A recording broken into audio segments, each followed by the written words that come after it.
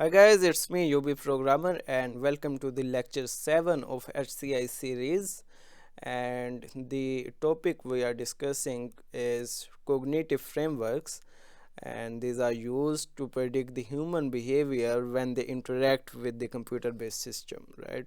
So these are based on the field of cognitive psychology, and psychology is the study of human behavior, right?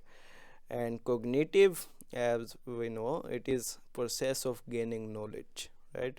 And uh, so as a human being, to get an input, we have five senses to get input from our environment, and in the environment we will be experiencing the computer based system.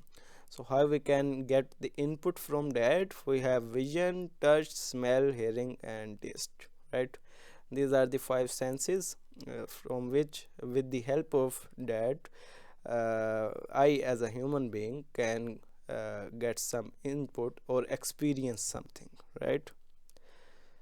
Then to give the output or to respond to these inputs, I'll be using my limbs, eyes, vocal system, fingers and head, right? These are the five things or uh, which we can use to give the output, right? And we use these responders. These are to give the output. We have these things called responders, right? These responders and senses to interact with the computers. So as I said, computer will be in our environment, and to interact with the environment we have some ways to get the input and some ways to express the output, right?